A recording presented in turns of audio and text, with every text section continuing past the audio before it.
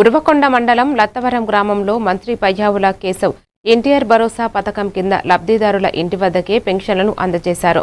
మధ్యాహ్న భోజన పథకం పరిశీలించి విద్యార్థులతో భోజనం చేశారు.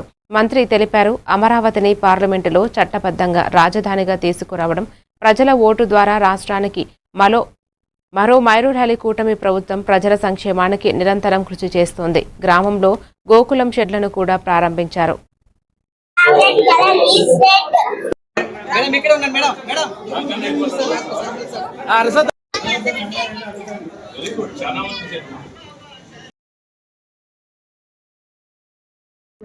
లేకుంటే మళ్ళీ మా ఊర్లో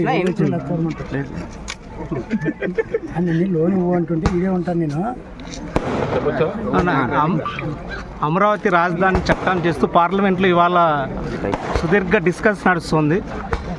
దాని మీద మీరు ఎలాంటి కూటమికి వేసినటువంటి ఒక ఓటు ఈ రాష్ట్రానికి వందల లాభాలను, ప్రతి కుటుంబానికి సంక్షేమాన్ని అందిస్తోంది అనడం భాగంగానే ఇవాళ అమరావతి మరో మైలురాయి వేసే దిశగా ముందుకు సాగుతోంది అనడంలో ఇవాళ మరో మైలురాయి అమరావతిని చట్టబద్ధంగా ఈ ఆంధ్రప్రదేశ్ రాష్ట్రానికి రాజధానిగా కేంద్రంలో పార్లమెంటులో చట్టం రూపంలో తీసుకురావడం అనేది ప్రజలు వేసినటువంటి ఓటుకు మరొక ముందడుగు, మరొక నమ్మకాన్ని కల్పించే దిశగా కూటమి చేస్తున్నటువంటి ప్రయత్నంగా అందరూ గుర్తించాలని కోరుకుంటున్నాను.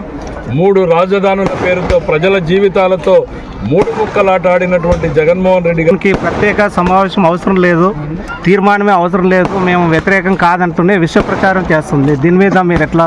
నేను అసెంబ్లీలో చూపించాను. 9 సార్లు మాట మార్చినటువంటి వ్యక్తి ముఖ్యమంత్రి, ఆనాటి ముఖ్యమంత్రి జగన్మోహన్ రెడ్డి గారు.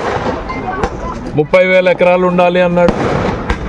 అసలు ఆయన అమరావతికి వ్యతిరేకంగా ఉండి బయటకు మాత్రం మేము కాదు అని చెప్పేటువంటిది ప్రజలు నమ్మడానికి సిద్ధంగా లేరు. మరొకసారి మోసపోకుండా ఉండడానికి ఈరోజు